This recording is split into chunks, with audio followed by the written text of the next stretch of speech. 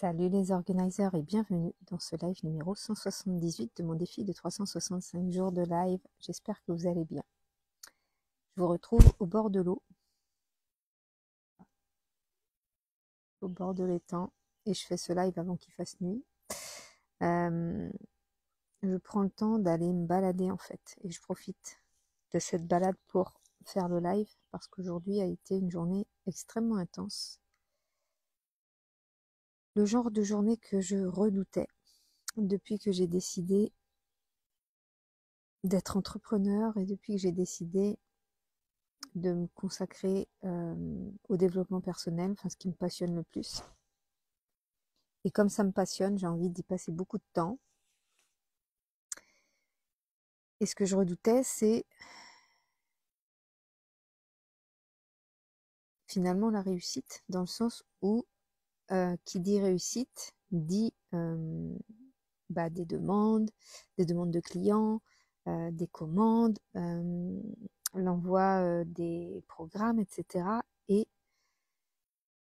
je suis toute seule, je suis au début du développement de mon entreprise, je veux dire de la réussite, je suis au début de la réussite, je suis en train de, ça va faire du bruit, je suis au début de la réussite de mon entreprise et donc je suis encore toute seule parce que j'ai pas les moyens actuellement de prendre quelqu'un pour m'aider. Donc j'essaye de mettre en place des choses pour gagner du temps, pour que ce soit bien organisé, mais je gère toute seule. Et donc ma hantise, finalement, je me freinais, je procrastinais, j'avais détecté ça, j'avais conscientisé ça, que je m'empêchais de réussir. Je le voyais en plus, je me voyais bien faire des actions qui étaient à l'opposé de ce que je savais qu'il fallait que je fasse parce que je laissais traîner les choses parce que j'avais peur de cette réussite et de ne pas réussir à gérer. Aujourd'hui, il y a quelque temps déjà, j'ai pris la décision, depuis début janvier en fait, depuis que j'ai commencé ces lives, j'ai pris la décision que 2025, ce serait l'expansion de mon entreprise. Et effectivement, ça commence. Et je suis extrêmement heureuse, hein, ça commence tout doux, mais déjà, je constate en fait que mes peurs par rapport à la réussite se sont pas avérées vraies parce que non, mais m'ont montré aujourd'hui que effectivement, si je veux à la fois répondre aux sollicitations familiales, répondre à mes propres besoins et répondre à mes clients ou à mes clientes, je vais avoir des choix à faire. Donc ça fait quand même quelques mois, quelques semaines où j'ai intensifié les choses, où je me déchargeais de beaucoup de choses. Donc les enfants, j'ai donné plus de responsabilités aux enfants, ce qui est complètement normal. Ils sont grands, j'ai plus qu'un mineur et j'ai 2 adultes. Donc c'est normal qu'ils m'aident et qu'ils contribuent au fonctionnement de la maison. Donc ça, il n'y a pas de problème. J'ai mis des choses en place, c'était parfait.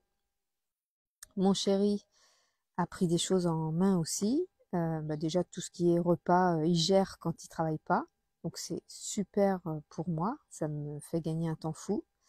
Et puis là, tu vois, cette semaine, il a même proposé d'emmener Bastien à 2 de ses rendez-vous. Donc j'ai été déchargée de ça. Donc aller au rendez-vous, parce que Bastien n'a plus de voiture. Donc aller au rendez-vous, l'emmener au rendez-vous, le ramener du rendez-vous, le temps du rendez-vous. Enfin bon, bref, c'est quand même du temps que j'ai pu gagner cette semaine puisque je travaille sur la sortie de mon prochain programme qui est Libération et qui concerne justement les limites, poser ses limites et dépasser ses propres limites intérieures. Et aujourd'hui, Gaël travaillait ce soir, donc il a fait une sieste cet après-midi et dès ce matin, j'avais l'envoi d'un programme à envoyer, j'avais un programme à envoyer, l'envoi d'un programme à envoyer, non, un programme à envoyer. J'avais Colline à emmener à un entretien d'embauche à 9h20, puisque Colline n'a pas eu son permis. Oui, Colline n'a pas eu son permis. Pour quelque chose qui est... Salut Oscar! pour quelque chose que je trouve vraiment dur. Voilà. Elle était sur une rocade à trois voies de chaque côté. Et elle aurait dû reprendre la voie de droite. Et en fait, elle est restée sur la voie du milieu parce que elle voyait un camion qui la collait, elle voyait une moto avec pas assez d'écart par rapport au camion. Elle dit si je me faufile entre les deux, je me retrouve, enfin je respecte pas les distances de sécurité. Donc elle l'a pas fait, elle est restée sur la voie du milieu. Sauf que l'inspectrice lui a demandé d'accélérer pour se rabattre après les deux, le camion et la moto, ce qu'elle ne voulait pas faire, et elle voulait pas accélérer pour éviter de dépasser sa limitation de vitesse. Bon bref, tout ça c'est boutiqué que l'inspectrice lui a ordonné de faire comme ça, et donc ça a été éliminatoire. Voilà, c'était la faute qu'il fallait pas faire. Autrement, elle avait très bien conduit, elle avait fait un rangement en bataille, elle avait tout bien respecté, fait ses contrôles, etc. Bon, voilà. Bon, je sais que ma fille elle sait conduire, mais on va dire que c'est la faute à pas de chance. Moi, je me dis toujours que quand il t'arrive quelque chose comme ça, il y a une leçon à apprendre de ça. Il y a toujours une raison à ça. Et je dis, c'est pas grave, on avait dit que même si t'as pas ton permis, tu envoies des candidatures, puisque Colline n'a pas le droit au chômage. Il faut qu'elle travaille encore minimum 3 mois pour pouvoir espérer percevoir le chômage. Donc, de toute façon, il faut qu'elle retravaille si elle veut gagner des sous. Et on se disait, bah, si elle a son permis, c'est formidable, elle ira, elle trouvera un travail, on lui trouvera une voiture, et puis elle ira au travail en voiture. Bon, ce qui s'avère, c'est que ah bah voilà, il y a un chien. Et oui, hop là, viens pas me voir. Si vous pouviez passer ailleurs, ce serait sympa. Bref, c'est pas grave. Les gens vont passer derrière moi, mais on s'en fiche. Et du coup,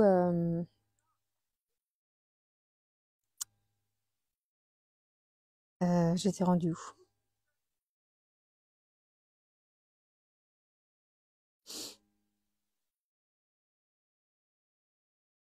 Je vais te reprendre tout de suite. Profite du silence, super agréable.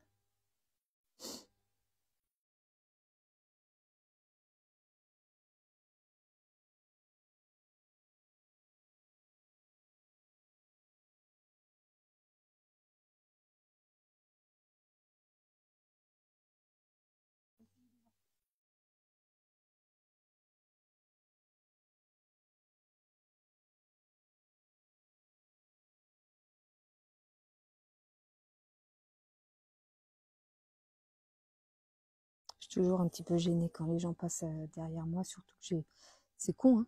Je me dis, j'ai pas envie qu'ils entendent ce que je suis en train de dire. Et en même temps, je suis en train de parler là en direct, n'importe qui peut, que peut m'écouter. Bref. Donc, on avait dit que si Colline avait pas son permis, eh bien, on chercherait quand même du travail pour débloquer sa situation, parce qu'elle va pas rester sans travail, la pauvre. Ses économies vont y passer. Et puis, même si elle est à la maison, rester à la maison sans pouvoir sortir parce qu'elle aura pas d'argent, c'est quand même compliqué. Et, et je dis surtout que là, au niveau de ses économies, elle a tout juste de quoi acheter une voiture. Donc, s'il y a encore des leçons de conduite, s'il y a encore le permis à passer, bon, bref. Donc, je dis, il faut qu'elle retrouve du travail. Et je lui ai dit, ben, si jamais tu trouves du travail, ben, on fera la conduite supervisée, c'est-à-dire que je viendrai avec toi et puis je rentrerai à la maison et je viendrai te chercher le soir. C'est pas l'idéal, c'est pas ce que je voulais. Clairement, c'est pas ce que je voulais, mais ça va peut-être se passer comme ça parce que visiblement, c'est un passage obligé par lequel ma fille va passer puisqu'elle n'a pas eu son permis. Bref. Ceci étant, ce matin, elle avait un entretien d'embauche qui s'est avéré être une grosse arnaque de la mort. Bon, c'est à 9h20. Une entreprise qui proposait... déjà, ils l'ont démarché alors qu'elle venait de poster son CV sur deux sites comment dire, deux sites spécial job, quoi, deux sites d'annonces. Et elle a été démarchée directement. J'ai trouvé ça curieux, mais je dis bon. Et en fait, c'était pour lui proposer un poste où, soi-disant, au départ, ils lui ont fait croire que ce serait pour faire du démarchage téléphonique et qu'elle n'aurait pas de déplacement à faire et que elle avait juste à se déplacer à l'entreprise et puis voilà, comme une entreprise lambda. Et en fait, la vérité, c'est que elle est allée ce matin et qu'en fait, elle s'est retrouvée dans une grosse arnaque où il propose d'être payé à la commission, de pas avoir de fixe, de pas avoir de revenus si tu vends pas. Et en fait, c'est pas du tout du démarchage téléphonique, c'est du porte-à-porte à faire avec sa propre voiture. Donc, non seulement tu mets du temps, non seulement tu dépenses de l'essence, non seulement tu uses ta voiture, mais en plus, tu n'es pas sûr d'avoir de l'argent au final, parce que si tu vends pas, ben, tu n'as pas d'argent. Tu n'as même pas un seuil de sécurité, tu n'as même pas un salaire de base, tu n'as rien.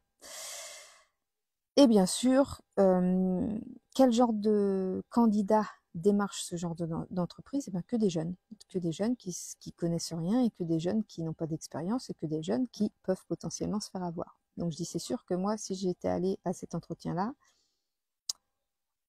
ils auraient été mal. Donc voilà, il y avait que des jeunes, 18 ans le plus jeune, et la plus âgée avait 28 ans, et elle a ouvert sa bouche et elle a dit ce qu'elle pensait en fait de cette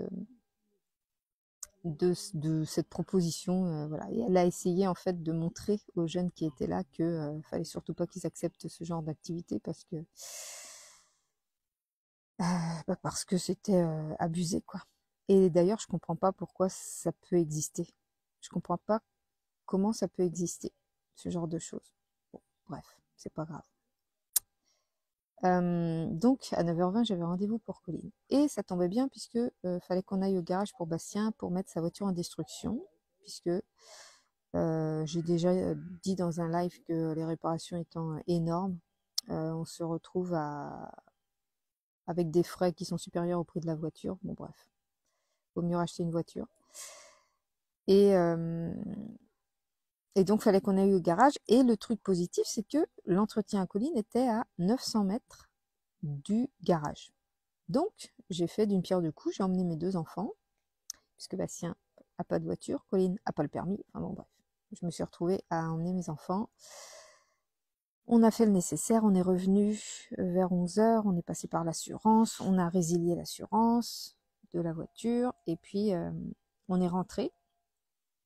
Et puis j'avais quelques courses à faire l'après-midi, donc je suis allée faire quelques courses. Comme j'ai dit, Gaël travaillait ce soir, donc il pouvait pas du tout m'aider sur aucun plan parce que fallait qu'il se repose, quoi, pour pouvoir faire sa nuit. Et en fait, j'ai couru toute la journée. Et comme j'avais un accompagnement aussi à envoyer, j'avais quelque chose à finaliser. Il fallait que je revérifie des choses pour être sûre d'envoyer les bonnes choses, que ça fonctionne, bref, j'avais des choses à vérifier. Donc j'ai pas du tout pris de temps pour moi aujourd'hui. J'ai vraiment été prise non-stop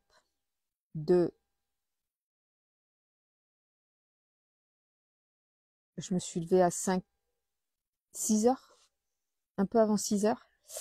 Et, jusqu'à ce soir 18 heures, je n'ai pas arrêté.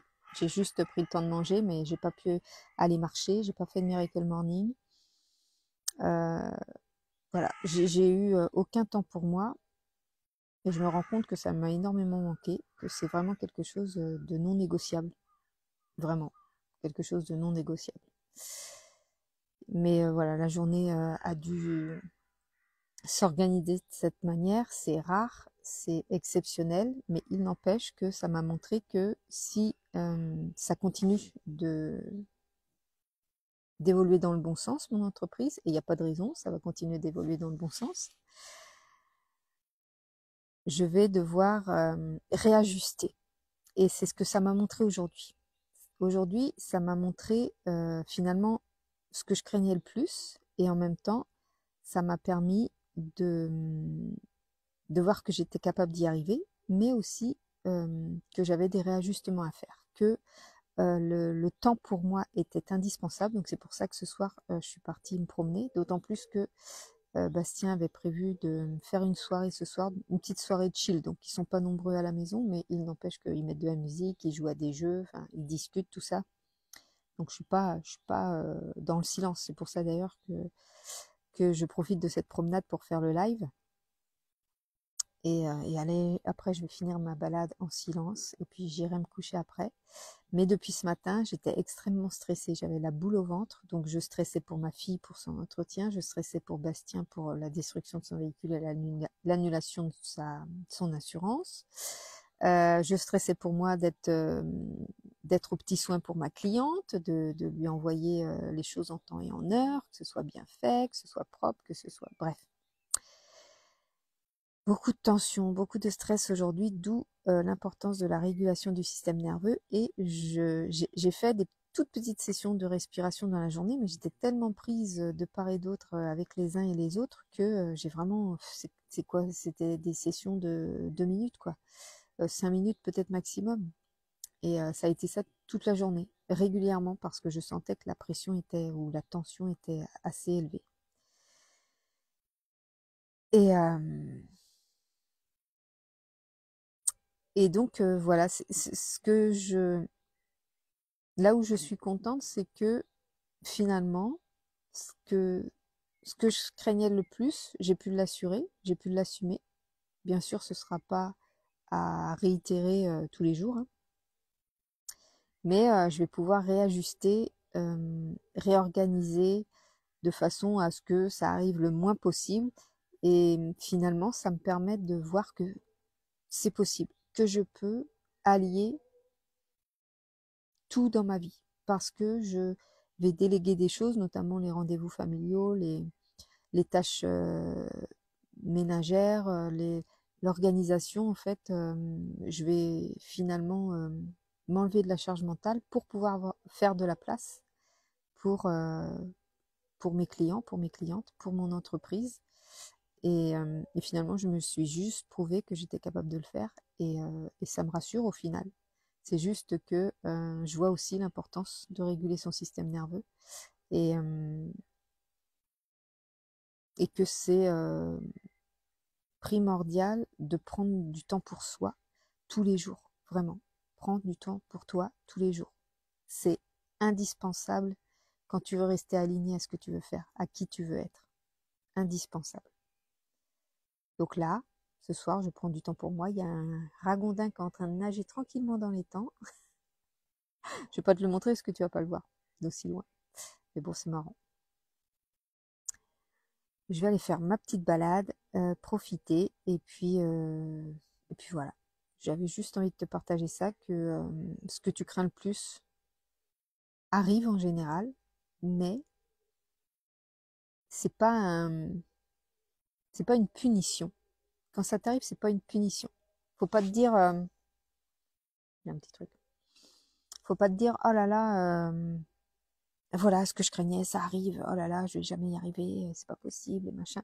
Non, faut te dire, ok, ça arrive, comment je peux réajuster? Comment est-ce que je peux m'organiser la prochaine fois pour que ça n'arrive pas? Et c'est exactement ce que j'ai fait, c'est exactement ce que je vais faire aussi à l'avenir.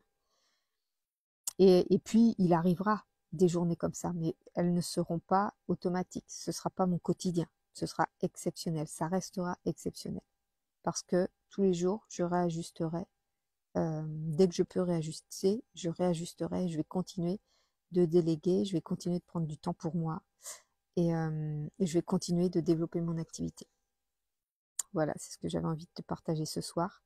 Et c'est pour ça que mon programme Libération sur les limites va vraiment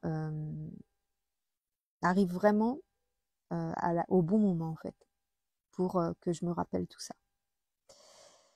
Donc sur ce, je vais te laisser pour ce live. Je vais aller finir de me balader. Je vais aller me coucher, faire un gros dodo parce que demain, et j'ai prévu de travailler. Je te fais des gros bisous et je te dis à demain pour le prochain live. Salut!